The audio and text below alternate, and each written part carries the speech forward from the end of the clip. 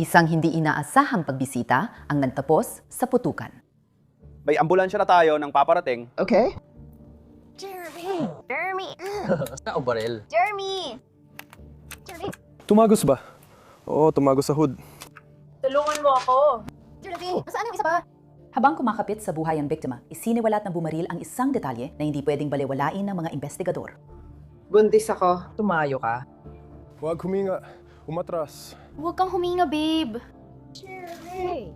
Jeremy. Nag-aalala ako, mamamatay ba siya? Sa tingin ko, hindi siya mamamatay. Sa tingin mo, hindi siya mamamatay? Iniimbestigahan namin kung ano talaga ang nangyari sa loob ng bahay na ito na nauwi sa isang nakamamatay na alitan. Oo, ginawa ng mga doktor ang lahat. Diyos ko, hindi. Hindi. Ako si Elizabeth Milner at welcome sa Female Criminals.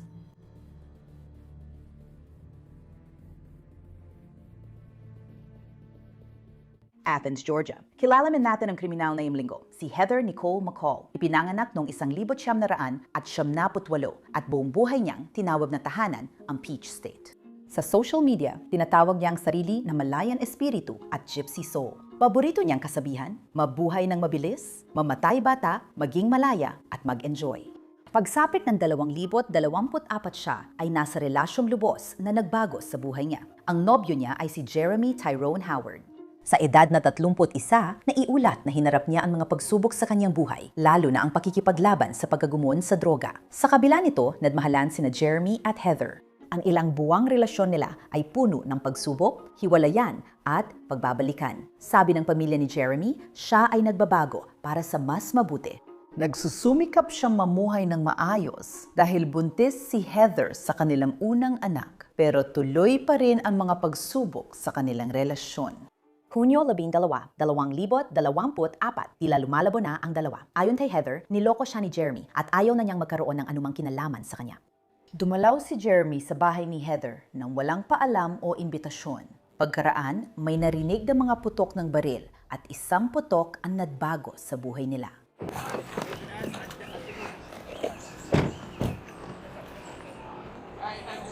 Hoy, nasaan ang baril? Ma'am, nasaan po ang baril?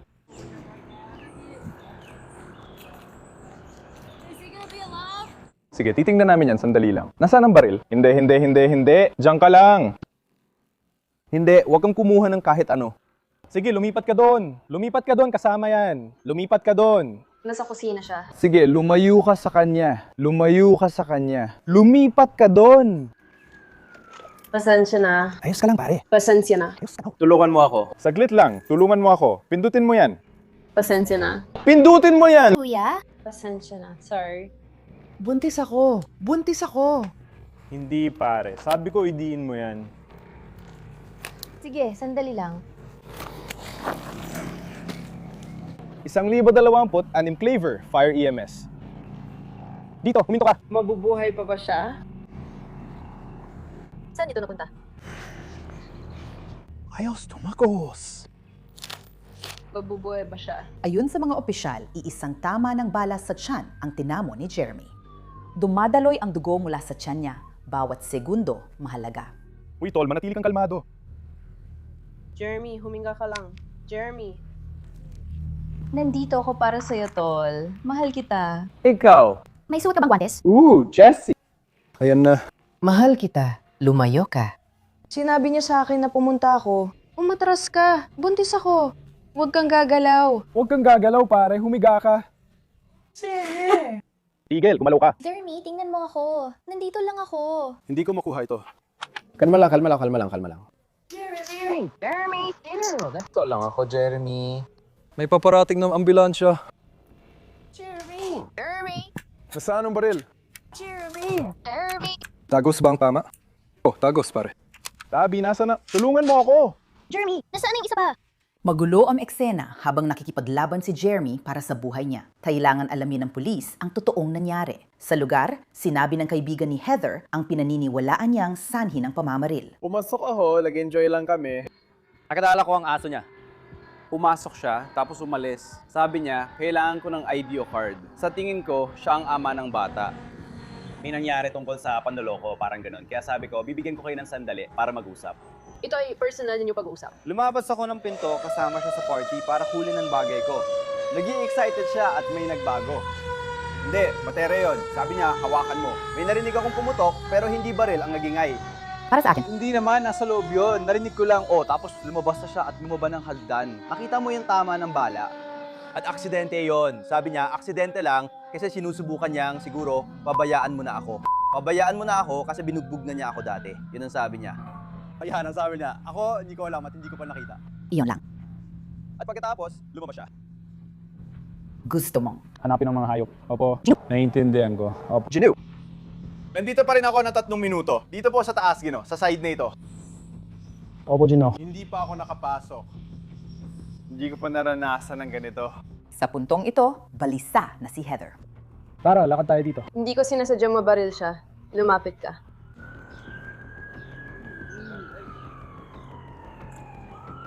Pasensya na talaga. Sorry talaga, hindi ko sinasadya siya mabaril. Umupo ka sa beranda. Hindi ko sinasadya na barilin siya. Iginit ni Heather na aksidente ito. Kahit sabihin niyang hindi sinadya, kailangan pa ring basahan siya ng pulis ng mga karapatang Miranda. Basahin ko lang ito sa'yo ng mabilis. May karapatan kang manahimik.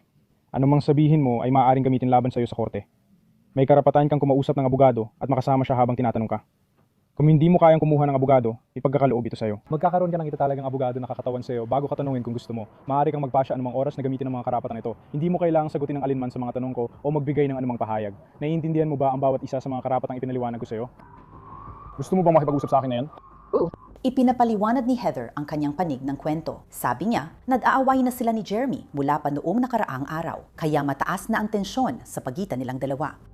Hoy, pinagbuhatan niya ako ng kamay. Sinabi niyang galit siya sa akin. Sinabi niyang niloko niya ako. Sige. Kaya sabi ko, sige, ayoko na siya makita ulit. Inihatid ko siya. Sige, doon siya nakatira. Nakatira siya sa Smoky Road na malapit lang doon. Sige. Tapos tumawag siya sa akin kaninang umaga. Sinabihan ako sunduin siya at kung ano-ano pa. Sabi ko, hindi. Sinabi ko na wag niya na akong kausapin at binunak ko siya. Yung puting lalaki doon, kaibigan ko lang siya. Pumunta lang siya dito para ayusin ang isang bagay. Maintenance man siya.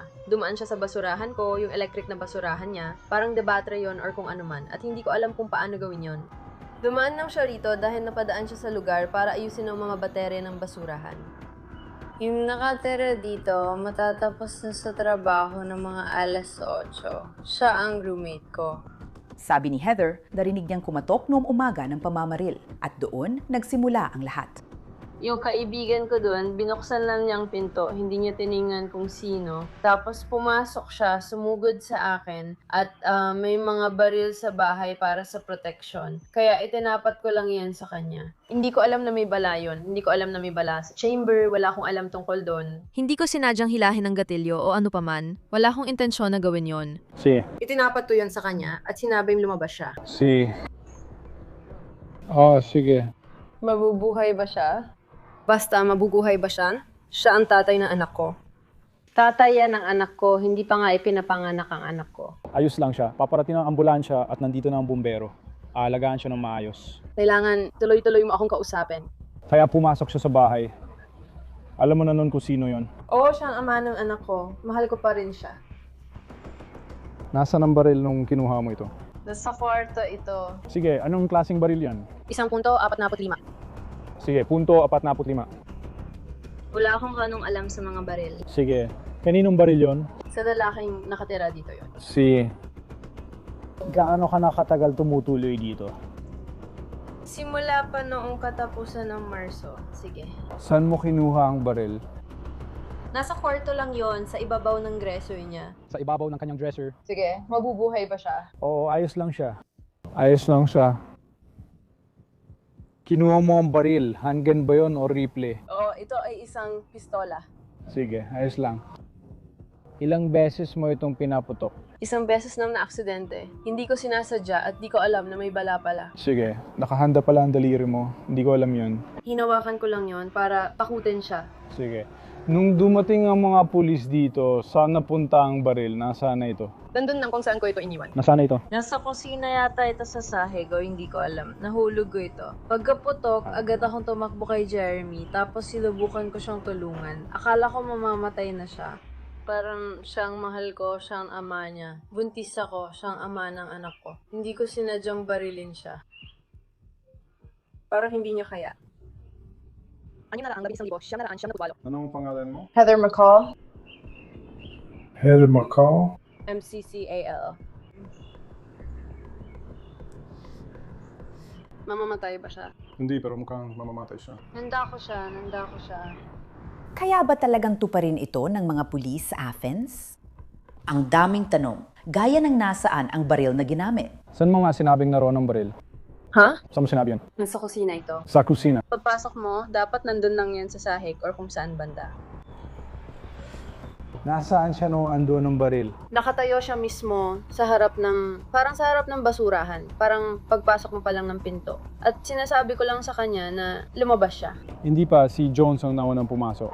Sinasabihan ko lang siya na lumabas. Sabi ni Heather, maraming armas sa bahay nila para sa proteksyon, ngunit hindi pa rin natatagpuan ang baril na ginamit sa pamamaril. Hindi ko pa nasasuyod yan. Sabi may baril daw dito.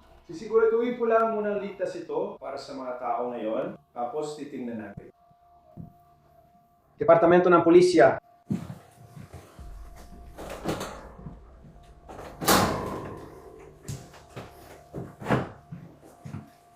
Pulis o bumbero, magpakilala kung nandito. Sir Cady, pulis, magpakilala ka. Pare, di ako makapaniwala na renovate na ito. Dati halos gumuho na to.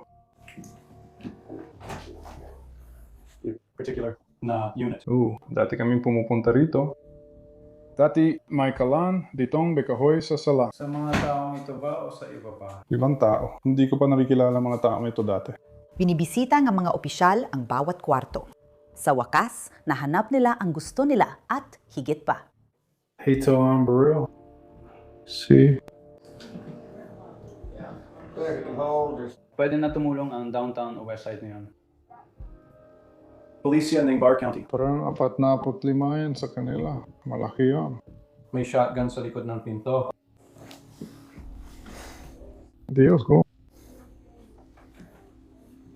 May ebidensya ng paggamit ng droga sa tama. Armag ito. Sasabihin ko sa'yo. Mga bala at iba pa. Iba't ibang kalibre. Yan ay AK na magasin. Isa pang paraan na dumating. Isa pang replay. Policia ng Bar County. May tao ba rito? Magpakilala ka. Yun ay lagusan ng Kamalig.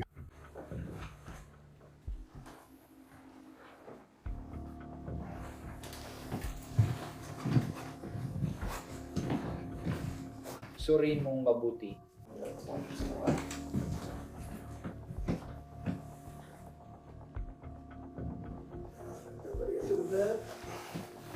Narito pa ang isa pang replay dito.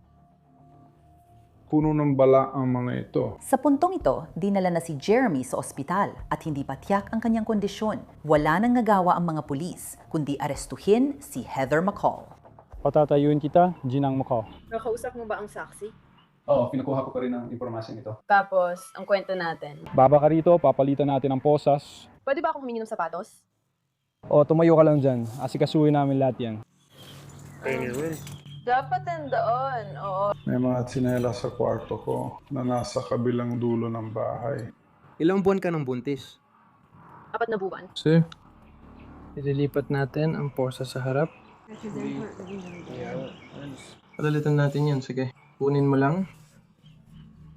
Oo. Oo, kasi hindi ko sinasadya yun. Laging ina tayong kamay sa...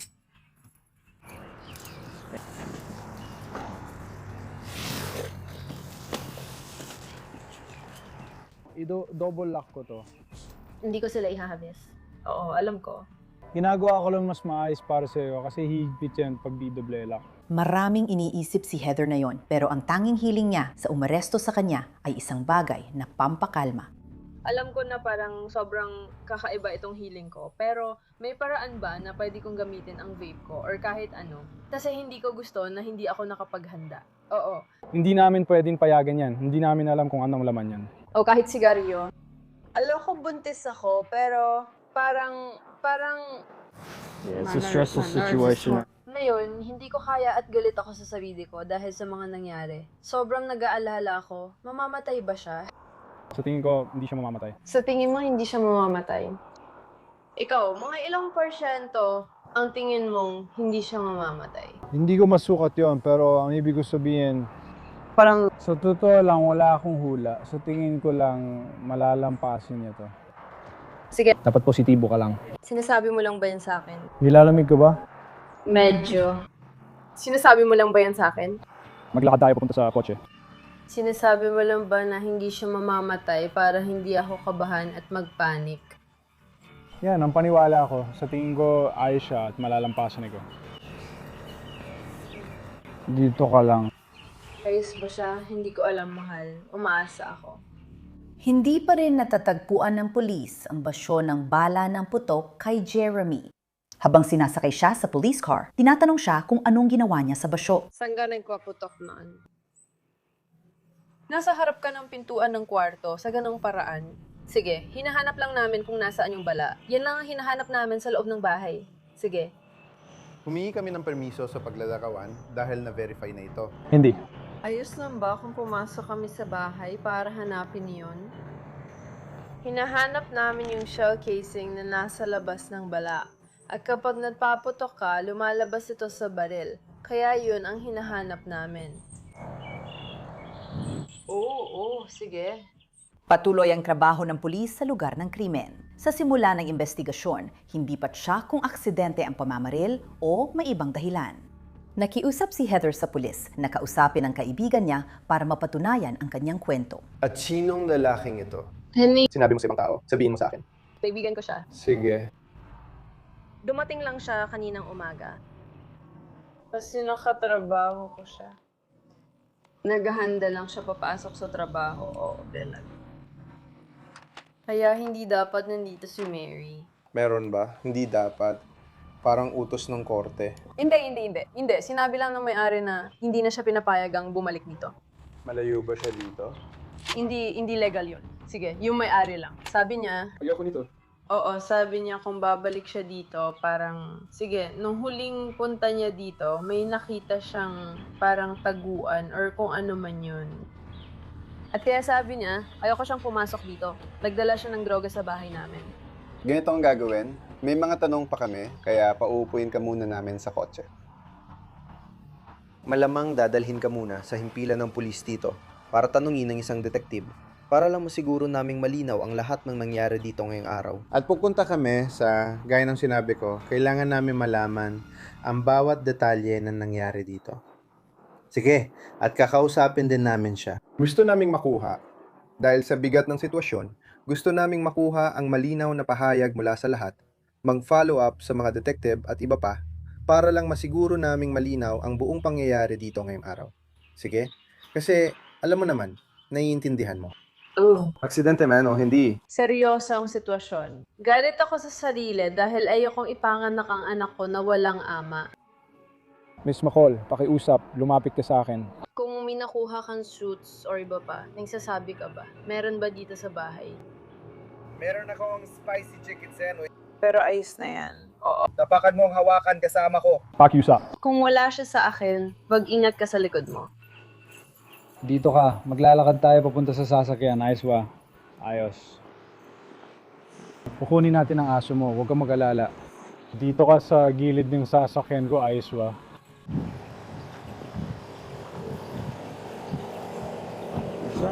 May dala ka bang kahit ano? May armas, droga, karayom, kutsilyo? Wala?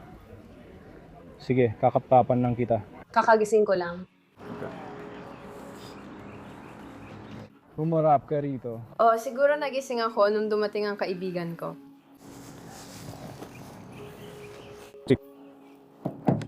Sige, maupo ka muna dito. Karma, tama ba? Karma. Oo, pero hindi siya dumarating kapag tinawag mo ang pangalan niya. Kaya nga hindi ko siya inutusan na lumabas. Kasi hindi siya lalapit. Sa simula ng investigasyon, tinanong ng pulis ang kaibigan ni Heather na tinutukoy bilang taga-maintenance. Pero sabi niya, mga 1 linggo at kalahati pa lang sila magkakilala. Nasaan siya? Nasa taas na siya, may posas. At kinukuhaan ng pahayag ng pulis. Ito ba ang telepono niya? Tumawag siya sa 911 at kakarating ko lang dito. Kilala mo ba siya? Nakilala ko lang siya siguro mga 1 linggo at kalahati pa lang ang nakalipas. Ako ay, ikaw ba ay? Dito ka ba tumutuloy? Hindi po sir, hindi. Sir, Hindi po, sir. Hindi po, pasensya. Bumisita lang ako. Kagagaling ko lang sa pag-aatid ng kaibigan sa Atlanta. Nandito ka ba nung nangyari to? 3 minuto lang ako dito na mangyari na.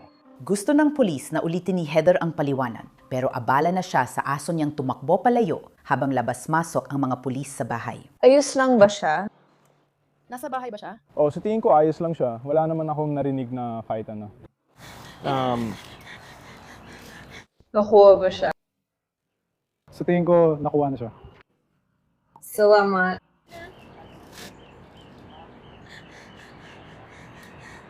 Hindi ko alam. Marami pang dapat sagutin si Heather, gaya ng kung ano ang nakita ng pulis sa kama na tinulugan niya kagabi. Walang sangkot na droga o alak? Wala. Buntis ako. Hindi ako umiinom. Sang kwarto ka natutulog? Dito ako natutulog. Sa dulo ng kwartong ito. Sige. Pero kagabi, dahil may shift pa siya sa trabaho, nakatulog ako sa likod na kwarto. Oo, kasi naligo ako, tapos humiga lang ako, pagod ako, hindi maganda ang pakiramdam ko. Humiga lang ako doon. Sige. Anong meron sa mga gamit sa kama? Ano yung mga gamit na pang-droga?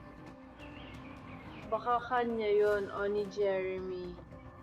Kasi si Jeremy, isa sa mga dahilan kung bakit hindi siya pinapayagang pumunta dito ay dahil nagdala siya ng gamit na pang-droga dito. May isa pa akong pagkakataon. Kaya gaano siya katagal dito bago mo siya barilin? Uy, Jeremy? Who? Nandito siya siguro mga 5 minuto lang. Bago mo siya barilin? Ooh. Sige, so nasa loob siya. At nandito siya siguro mga 10 minuto. Sige, sinasabihan ko siya na lumabas. Sa loob ng 5 minuto? Jeremy? Hindi ko alam ang eksaktong oras. Parang siguro mga 3 hanggang 5 minuto. Parang ganon. Kaya kumatok siya sa pinto. Hindi siya kumatok. Hindi siya kumatok. Hindi. Sige. Kaya. Paano siya nakapasok sa loob? Maaaring siya, hindi ko alam. Hindi ko masabi kung pinapasok siya or basta pumapasok. Sa tingin ko, basta pumapasok siya. Sige. Nakatayo siya sa pinto nung mangyari yon. At inakala niya na si Jeremy yon kasi parang, uy, kumusta pare? Nung makita ko kung sino yon, sabi ko, hindi siya yon. Sabi ko, si Jeremy yon at hindi siya dapat nandoon. Nandito kasi, alam mo yon, buong gabi, hindi naman buong gabi, pero nung gabi, nag-text siya sa akin, tinawagan niya ako, sinabihan niya ako na pwede daw akong sunduin ni ate. Pero nitong mga huli, parang, ewan ko, pakiramdam ko, ginagamit lang niya ako. Yung kaibigan ni Heather na maintenance worker, sinabi sa isang pulis na may hinahanap si Jeremy na isang partikular na bagay. Mukhang kinumpirma niya rin ito. Sabi niya, ibigay mo na mga gamit ko. Sabi niya, kailangan ko yung gamit ko. At sabi ko, anong gamit? Sabi niya, kailangan ko ang social security card ko at kung ano-ano pa. Na hindi ko nga alam kung paano napunta sa akin yung social security card niya. Siguro nilagay niya sa bag ko or kung ano man. At pagkatapos, hawak ko na ito sa kamay ko. At pagkatapos, sabi ko, umalis ka, at ibibigay ko sa iyo ito. Umalis ka, hindi ka dapat nandito. Umalis ka, umalis ka, umalis ka. Paulit-ulit ko lang sinasabi sa kanya, umalis ka. At ayon yung umalis, sinasabi niyang hindi. Parang patuloy siyang sinusubukang kausapin ako. At tapos, akala ko walang laman yung baril. Hindi ko alam na may laman pala yun or kung ano man. At minsan ko lang talaga nakabaril. Parang minsan lang ako nakaputok ng baril dati, sa target lang. Hindi talaga ako marunong tungkol sa mga baril. At pero natakot ako na mahuli niya ako. Pero sa pagsasabi ko nito, hindi ako magsasampa ng kaso. Ayoko magsampa ng kaso laban sa kanya para sa pang-aabuso o kung ano pa man. Parang minsan na niya ako sinaktan na niya ako dati. At saka ilang buwan ang nakalipas, parang nakidnap ako at sobrang binugbog ako ng matindi ni Drew Rossi. Hindi ko alam kung narinig mo na yon. Kaya may PTSD ako pagdating sa mga video diagram at mga ganong bagay. Naalala ko sinabi ni Blake na kung may papasok sa bahay, may mga baril dito kaya dapat ligtas ang pakiramdam ko. Di ko alam kung may bala ayon o wala. Kaya kinuha ko yung baril at itinutok ko ito sa lupa. Sabi ko, kung aalis ka, ibibigay ko sa'yo yung social security card mo. Pwede mo bang sabihin ang pangalan mo? Ang tinutukoy ko yung babaeng sinabi mong may karelasyon ka habang tayo. Sabi niya, nagsinungaling ako pero di ako nang naliwa.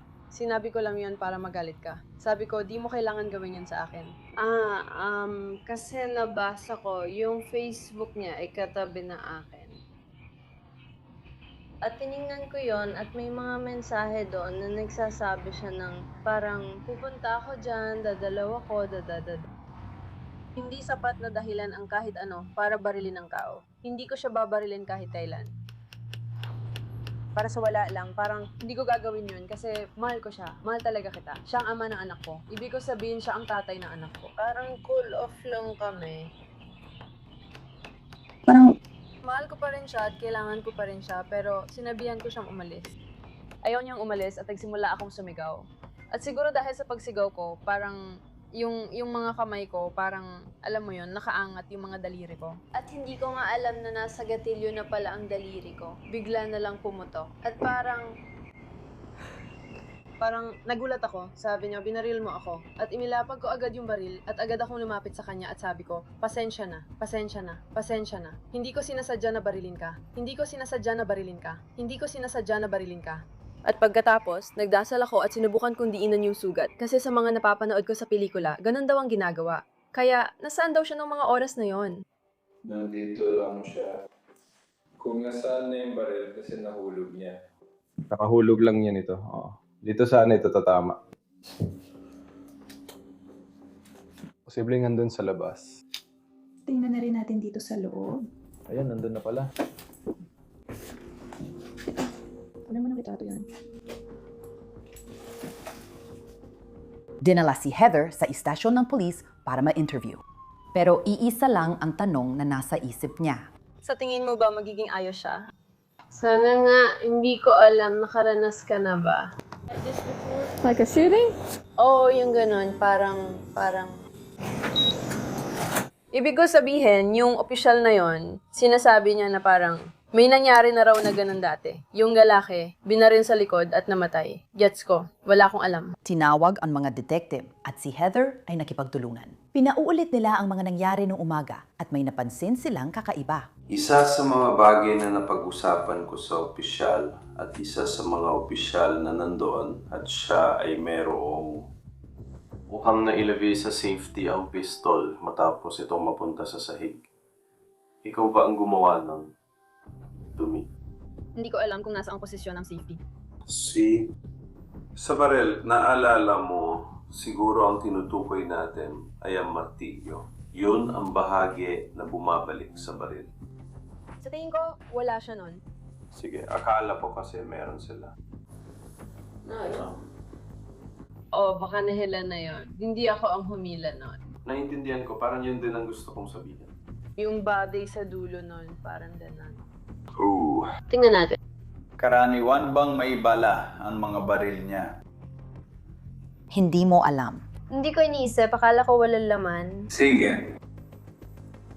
Pinapakita ko lang ganitong klase ng baril na parang nasa litrato dito. Nakikita mo ba itong maliit na bagay dito sa likod? Yan ang martilyo. Hindi ko yan hinawakan o nakita. Hindi ko na maalala, pero sigurado akong hindi ko yun ginawa o hinila pabalik. Sinisiyasat ng mga investigador kung bakit naramdaman ni Heather na kailangan niya ng baril sa simula pa lang. Habang nasa loob ng patrol car, sinabi niya na ginawa niya yon para takutin siya. Binanggit pa nga niya na may PTSD siya dahil sa isang hindi kaugnay na di umano'y pagdukot. Pero sa harap ng mga investigador, magulo ang kwento niya. Kaya mo ba kinuha ang baril dahil nandun siya? O dahil natatakot kang saktan ka niya? O dahil gusto mo siyang paalisin sa bahay? Ayoko ng barel. Gusto ko lang talaga siyang umalis. Gusto ko lang siyang umalis. Sinubukan ko lang siyang takutin para umalis siya. Kasi alam kong matigas ang ulo niya at hindi siya umaalis. Ginagawa niyang mas malala ang mga sitwasyon. Natatakot ako na baka saktan niya ako. May banta ba siya na sasaktan ka or may sinabi siyang ganun? Hindi. Hindi siya nagbabanta ng ganun sa salita. Secret. Ginawa ko lang yun para takutin siya, para paalisin siya. At alam niya hindi ko siya babarilin. Hindi ko siya babarilin. Parang aksidente lang, parang ayoko sa cellphone ko. Inamin niya na hindi niya alam gamitin ang baril na ginamit kay Jeremy. Habang iniimbestigahan kung aksidente ito, kailangan pa ng badag na impormasyon tungkol sa relasyon nila. Sa pananaw ni Heather, sawa na siya kay Jeremy kahit ipinabubuntis pa niya ang anak ni Jeremy at sinasabi niyang mahal pa rin niya ito. Kaninang araw ko lang in-unblock ang number niya. At nagte-text siya sa akin, gamit ang number niya. At sabi niya, hindi ko maalala lahat ng sinabi niya. Sabi niya, pwede mo ba akong sundiin? At pakiramdam ko, ginagamit niya lang ako. Kaya kadalasan, nagpapadala lang ako. Parang hinahayaan ko lang na apak-apakan ako ng mga tao at lahat. Kaya lagi ko siyang tinutulungan tuwing humihingi siya, pinupuntahan at binibigyan ko siya ng pera. Inahatid ko rin siya. Bumibili ako ng pagkain at sigarilyo. Inahatid ko siya sa DRC. Ginagawa ko lang lahat para sa kanya. At palagi niya ako minamaliit. Sabi niya, nagsimula yon dahil sinabi niya masama ang karma ko nung araw na yon. At yun talaga ang pinaka-nakasakit sa akin. At parang, Kung masama ang karma ko, bakit ginagawa ko naman lahat ng inuutos mo sa akin? at doon ko na lang talaga tinigil. Hindi ako nakipag-usap. Hindi ko siya kinausap buong araw kahapon. Dapat suriin ng investigador ang cellphone ni Heather para mapatotohanan ang mga pahayag niya. Inamin niya na may mga salitang nasabi na maaaring hindi maganda tingnan kapag binalikan. Sa totoo lang, ayaw naming makita ang mga text na yon. Mukhang kinuha na ng pulis ang cellphone at iba pa. Oo, may nasabi akong hindi ko talaga ibig sabihin. Agaya ng ano. Tulad ng, huwag mo na akong kausapin. Oh. Oo, mga ganyang bagay. Hindi ko naman iniisip na malaking bagay yon. Pero siguro may passcode ba ang telepono? At sinabi ko yon, sinabi ko na ang buhay ko na parang mas hindi stressful at mas maganda ang buhay ko nang wala siya. At parang ang sama pakinggan nun lalo na sa nangyari. Oo, pero hindi ka naman ibig sabihin yun. Maaring isipin na alam mo na bago pa mangyari ito, ayaw mo na lang talagang makasama siya. Alam mo kasi syempre, kung wala kang tao, inaakusahan ka ng panluloko tuwing tinitingnan mo ito. Tinatawag ka nilang malas. Mas maganda siguro kalagayan mo. Oo, pero binabawi ko na. Hindi ko alam. Tinitingnan ng mga detektib ang kaso mula sa ibang anggulo. Mukhang hindi planado at posibleng self-defense ang pagbaril. Sabi ni Heather, hindi niya alam ang kaya gawin ni Jeremy. Dahil malinaw na may pamamaril, gusto namin malaman ang totoong nangyari. Dahilan kung bakit talaga ito nangyari. Sa palagay mo ba aksidente ito o sa tingin mo ay depensa sa sarili? Isa itong aksidente. Natanong na ng mga detektib si Heather at iniwang mag-isa sa interrogation room habang sinusuri si Jeremy. Pagbalik nila, umiiyak na si Heather. Nagkalat ang tissue sa interrogation room. May tanong pa ang mga detektib para sa kanya. Alam mo bang pupunta siya? Hindi. Hindi niya alam ang lahat. Alam ko sinabi mong tinetext ka niya. Sumagot ka ba? Sumagot ka ba? Oo, sinabi ko na sa inyo kung anong sinabi ko. Nakausap mo ba siya sa telepono mga bandang alas 5 ng umaga? Nagkataon lang.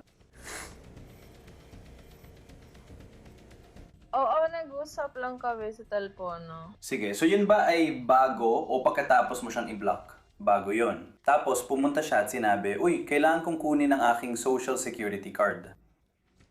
Kumatok siya sa pinto at ginising ako. Bumamon ako at pinapasok siya. Nag-usap kami, tinanong ko kung kamusta siya. Ikinuwento niya sa akin yung magulong gabi niya, kasamang babaeng pinaglibot siya kung saan-saan. Tapos sinubukan niyang magtapon ng kung ano sa basurahan. Pero ginagawa niyo yun. Oo. Kailangan nila ng mga baterya at kung ano-ano pa. Kaya pumunta ako para kunin ang mga baterya. Pagbalik ko, may isang lalaking nakatayo sa tabi ng pinto at sabi niya, "Kamusta pare?" Hindi ko alam kung sino ang kausap niya. Minuksan ni Jeremy ang pinto at tinanong ko, "Anong ginagawa mo dito?" Sabi niya, "Kukunin ko lang ang mga gamit ko. Ibigay mo na." Tinanong ko, "Anong gamit ang tinutukoy mo?" Sabi niya, "Yung social security card ko at iba pa." Kaya pumunta ako at kinuha ko ang social security card niya at hawak-hawak ko ito. Tapos sabi ko, "Sandali lang, pero hindi naman ito nandito." Sinabi ko, "Sige, sabihin mo pangalan niya o pangalan mo." Pero sagot niya, walang pangalan. Kaya sabi ko, "Umalis ka na lang, kuya." At umalis siya at sabi niya, "Ibigay mo na lang ang mga gamit ko at aalis na ako." Sa tingin ko, sinabi niya, "Ibigay mo na lang ang mga gamit ko at aalis na ako." Sa tingin ko, sinabi lang niya, "Ibigay mo na lang ang mga gamit ko." At doon na ako pumasok sa loob at kinuha ang baril. Tapos bigla na lang siyang nawala. At hawak mo pa rin ba ang mga gamit? Oh, sige. Ibinigay mo ba sa kanya kahit kailan? Sa tingin ko, hindi. Sige, dahil ba yun sa ayaw niyang kunin o dahil hindi siya sapat na malapit? Hindi siya sapat na malapit. Sige. Gusto ko sana na siya mismo ang magsabi o magbanggit ng pangalan. O parang, ewan ko. Sa palagay mo ba, kung biligay mo ang gamit, alis siya? Hindi. Pagkatapos, nagbago ang lahat. Nakatanggap si Heather ng nakakagulat na balita. Sige, okay. Sa kasamaang palad, hindi siya. Nakaligtas. Oo, ginawa ng mga doktor ang lahat. Oh, Diyos ko. Diyos ko. Oh, Diyos ko. Hindi.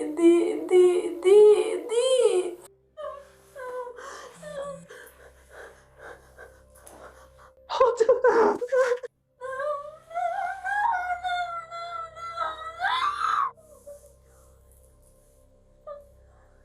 Oh, hindi pa namin naririnig ng eksakto kung anong sinabi ng doktor.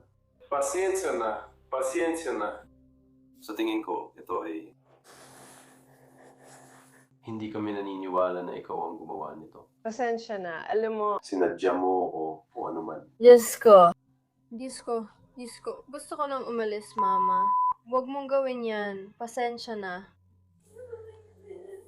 Gusto mo bang bigyan ka namin ng oras para makapag-isip? Kailangan ko ang aso ko. Hindi ko alam kung nahanap na nila ang aso at hindi ko rin alam kung paano magsisimula tungkol doon. Kailangan ko siya. Tatanungin ko na lang mga pulis doon kung nakita na nila aso mo, okay ba? Alam ni Heather na makukulong siya, pero ayon sa investigador, hindi dahil sa kasong murder. Siyempre, kapag may nangyaring ganito, kailangan nating tingnan kung anong mga batas ang nalabag pero hindi kita kakasuhan ng murder o kung ano pa man. Ang tinitingnan namin ay malamang. I can't believe it. Oh my God, I see his body. Naniniwala ako nasa ospital siya ngayon. Kaya hindi talaga namin yan may sasayos. Gusto ko na lang umuwi. Naniniwala ang mga investigador na aksidente ang pamamaril ayon kay Heather. Kinasuhan siya na involuntary manslaughter na maaring magresulta ng kulong kung mapatunayang nagkasala. Sige, ihatid ka namin, okay lang.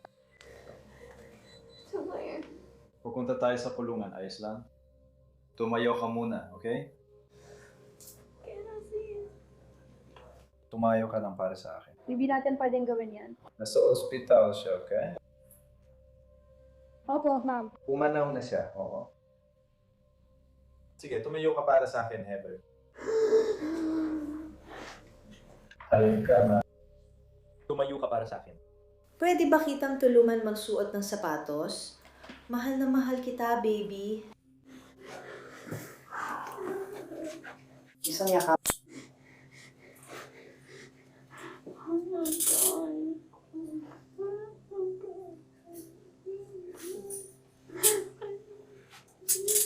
Apat na buwan, buntis si Heather, kaya dinala siya ng staff sa ospital para magpa-medical clearance at masigurong ayos ang baby niya. Ito ang mga damit mo, tama? Oo, ma'am. Sige, ayos. Aalisin ko ang posa sa'yo, papayagan kitang magpalit. Isasara ko ang pinto para may privacy ka, pero bahagyang bukas pa rin ito. Sige, magpalit ka na dyan. Ibinabalik si Heather sa kulungan. Bukod sa involuntary manslaughter, may kaso rin siyang reckless conduct sa paggamit ng baril sa pamamaril. Nanatili siya sa kulungan ng halos 3 buwan mula Hunyo 12 hanggang Setyembre 8, 2024. Pagkatapos, nakapagpiyansa siya. Sa mga sumunod na linggo at buwan matapos makalaya mula sa Athens Clark County Jail, tila ipinagpatuloy ni Heather McCall ang buhay niya at ayon sa ulat, lumipat siya sa bahay ng kanyang lolo at lola. Batay sa Facebook post noong Setyembre 23, 2024 na daos ng baby shower si Heather. Sa sumunod na buwan, nanganak siya ng batang babae na di makikilala ang ama. Habang hinihintay ni Heather ang paglilitis, ipinagpatuloy niya ang buhay niya. Magkasama nilang ipinagbiwang ni Heather at ng kanyang anak ang kanilang unang Pasko. Ilang buwan pagkatapos nito, ang kanilang unang Easter at isa pang una, ang kanilang unang pagpunta sa tabing dagat. Ngunit nakabinbin pa rin ang kasong kriminal ni Heather. Nakipagkasundo ang abogado ni Heather sa piskal para sa kasunduang pan-amin ng sala. Noong Desyembre 2025, pumayag si Heather McCall na umamin sa mga kaso niya. Bago ang hatol, sumulat ang pamilya niya sa korte. Sabi ng lola ni Heather sa liham, pinalaki namin siya na may kristyanong pagpapahalaga. Nagkamali siya sa pagpili ng lalaking akala niya mahal siya. May problema siya sa pag-iisip at inabuso siya, pisikal at emosyonal habang magkasama sila. Dasal namin na maawa ang korte sa kanya. Sinabi ng babaeng tinawag ang sarili bilang bagong ina ni Heather na mabait pero problemado si Heather. Dagdag pa sa sulat, hindi niya sinadyang syakta ng sinuman. Hindi siya ganong klase ng tao. Mahal ko siya at ipinadarasal ko na maawa sila sa kanya at bigyan siya ng pagkakataon na palakihin ang sanggol na iyon. Nagdakanam ako kung pwedeng bigyan ng pagkakataon ng korte si Heather. Si Hukom Lisa Lot ng Western Circuit Superior Court ang magpapatawan ng sentensya. 10 taon sa kulungan pero may kondisyon. Ang unang 4 na taon ay gugugulin sa pagkakakulong. Ang natitirang 6 na taon ay ilalagay siya sa probation. Makakakuha rin siya ng kredito sa oras ng pagkakakulong. Si Heather McCall ay nagsisilbi ng sentensya sa McRae Women's Facility ng Georgia Department of Corrections. Itinakda ang kanyang paglaya sa Setyembre 2029. Tungkol naman sa anak na Heather at Jeremy, mukhang nasa pangangalaga siya ng mga magulang ni Heather. Salamat sa panonood ng episode na ito. Ako si Elizabeth Milner. Magkita tayo ulit dito sa susunod na linggo kasama ang isa pang babaeng kriminal.